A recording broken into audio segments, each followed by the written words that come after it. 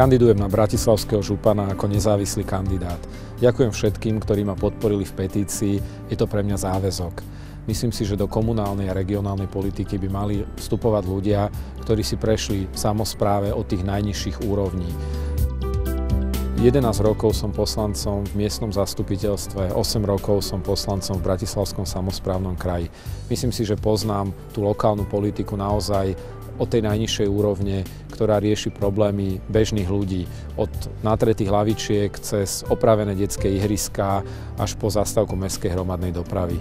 Som Bratislavčan, vyrástol som v tomto meste a celá moja rodina žije v tomto kraji už niekoľko desaťročí.